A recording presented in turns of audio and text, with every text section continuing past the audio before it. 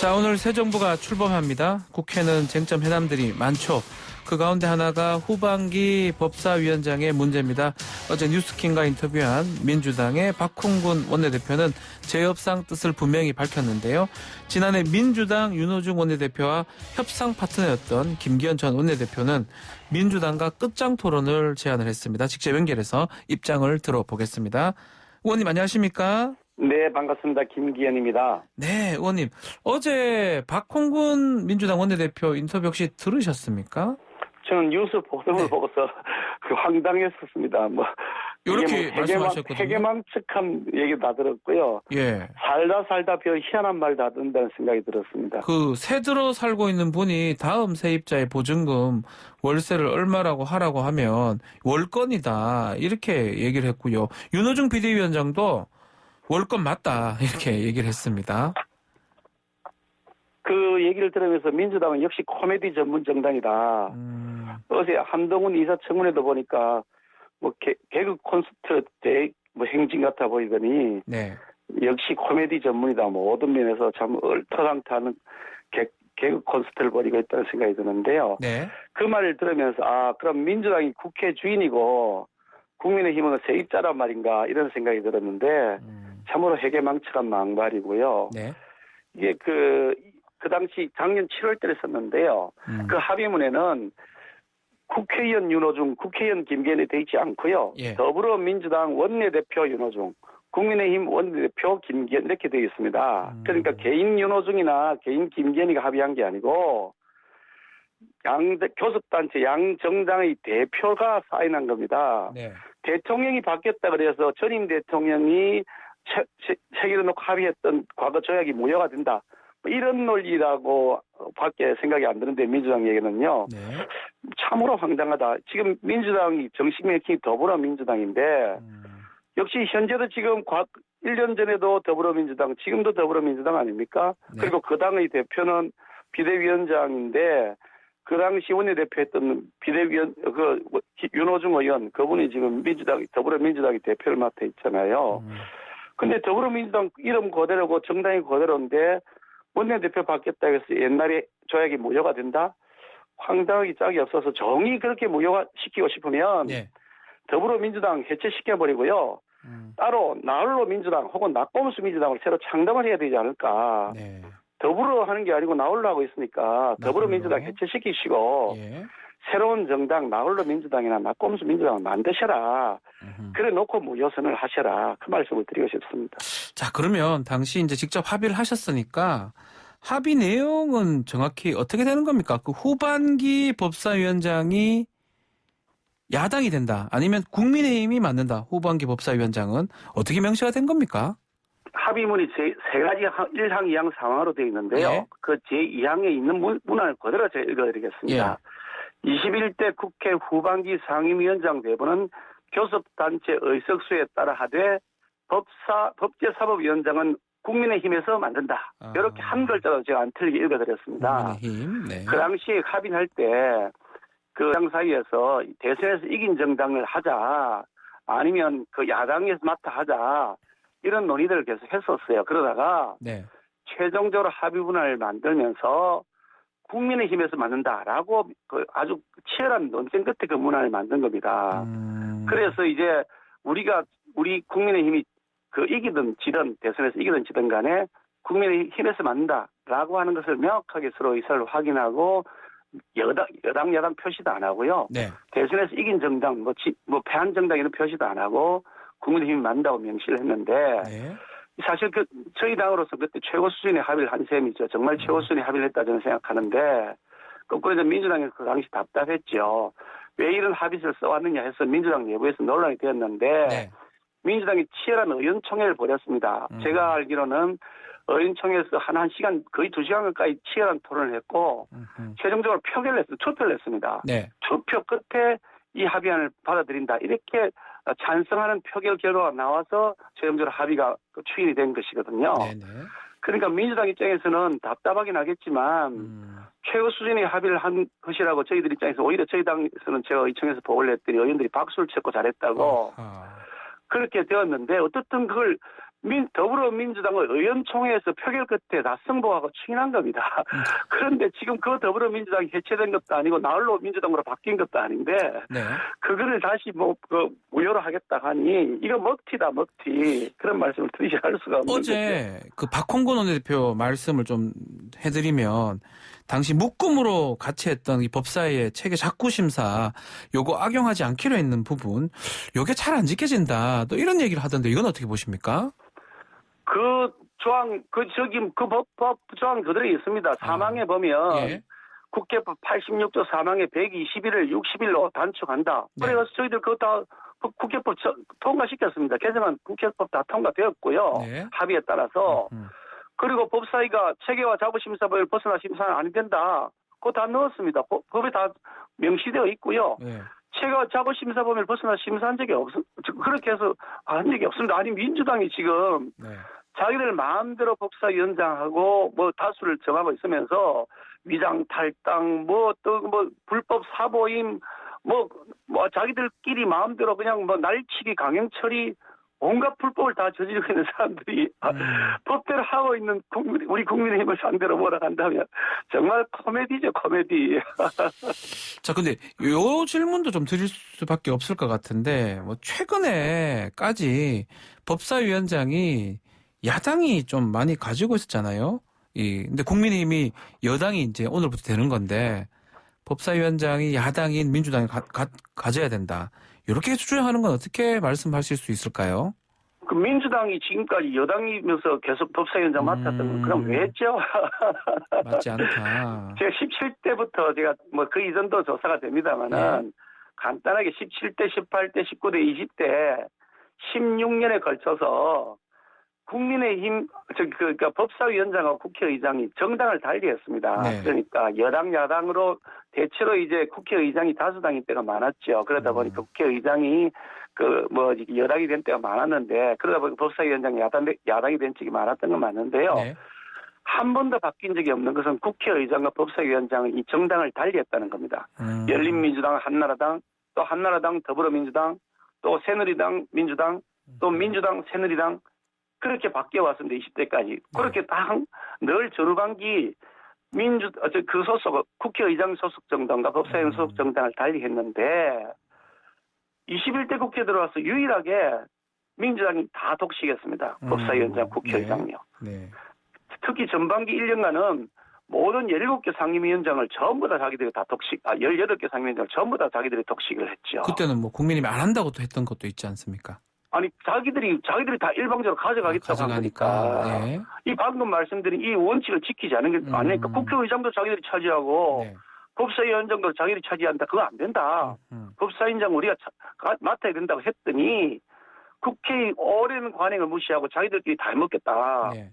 왕창 다 자기들끼리 하겠다고 하니 그걸 어떻게 받아들입니까? 그러다 보니까 그렇게 해서 자기들이 마음대로 다 차지해갔다가 국민의 엄중한 심판을 받은 것이죠. 네. 자, 요 단계도 또 있습니다. 이번 협상의 몫은 권성동 원내대표인데, 이전에 국회의장 중재안에 대해서 파기 전략이 있잖아요. 이게 민주당이 계속 내세우는 또 얘기 같아요. 이렇게 파기했는데 우리도 파기해도 된다. 이런 건 어떻게 봐야 됩니까?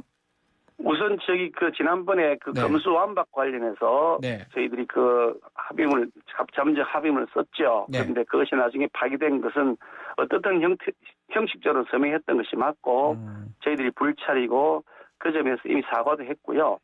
그런데 이 검수완박 합의문, 잠정 합의문에 대해서 국민적 반대 여론이 엄청 높았습니다. 이렇게 하면 안 된다. 국민 피해가 가중되는데 어떻게 이런 합의를 하느냐라고 하는 많은 여론의 질타가 있어서 저희 당으로서는 국민의 뜻을 받드는 것이 더 중요하다. 그래서 즉시 파기선언을 했고요. 네. 그래서 그 파기선언에 따라서 저희들이 그것을 거부하는 것을 명확하게 그 당시 바로 직후에 했던 것인데 민주당은 이 작년에 했던 합의문, 법사위원장을 배분을 포함한 합의문을 그대로 다 의총에서 표결 끝에 추인까지 다 하고 1년 동안 그거 다 유효하다고 전제하에서 자기들 누릴 거 다 누렸습니다. 합의라고 하는 게 서로 주고받는 것 아닙니까? 우리가 얻은 것도 있지만 우리가 내준 것도 있잖아요.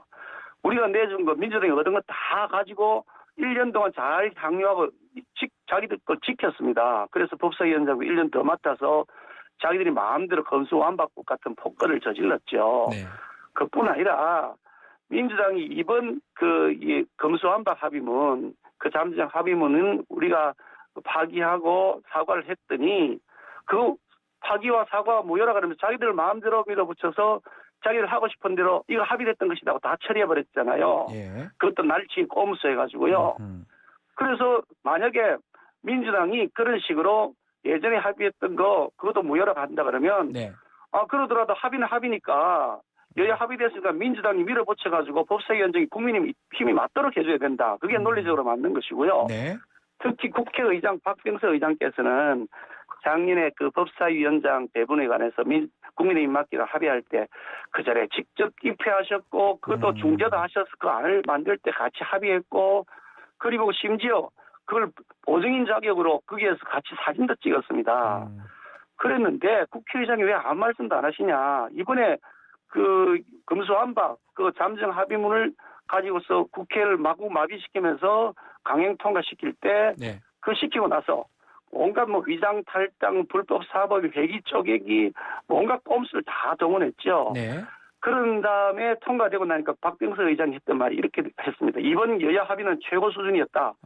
부정하면 정치와 설 자리가 없다라고 말씀하셨는데 그렇다면 작년 7월 달에 했던 이 법사위원장 및 국민의힘이 맡기는 합의문 이거 여야 합의가 최고 수준이다. 부정하면 정치와 설 자리가 없다라고 말씀하셔야 되는 거 아닙니까? 왜 아무 말씀도 안 하고 입을 다물고 계시죠? 정말 참 그때그때 다르다. 완전히 내로남불이다. 예. 그 말씀 드리지 않을 수가 없는 겁니다. 말씀은 이해가 되는데 이제 만약에 이제 현실적으로 봤을 때 이 국회법상에 민주당이 표결을 한다. 특히 상임위원장 이러면 의석수 때문에 또 어쩔 수 없는 거 아니겠습니까? 이건 어떻게 보십니까? 그게 이제 그렇게 되면 민주당이 망하는 거죠. 소탐 대실하는 거죠. 예. 아니 그 배고프다고 마구 폭식하다가 그 건강 해치는 사람들 수없이 보지 않습니까? 예. 이번 대통령 선거를 보시면 알 텐데요. 민주당이 마구 그 오만불손하고 국민 무시하고 다수 의석을 믿고서 이게 뭐 저는 국회 테러라고 생각합니다만은 국회 테러요? 예. 그런 폭력을 저지르다가 대선에서 망하고 이번 지방선거도 지금 망하고 있다고 저는 판단하고 있습니다. 국민을 의식한다면 민주당이 이제는 그 탐욕을 버려야 된다.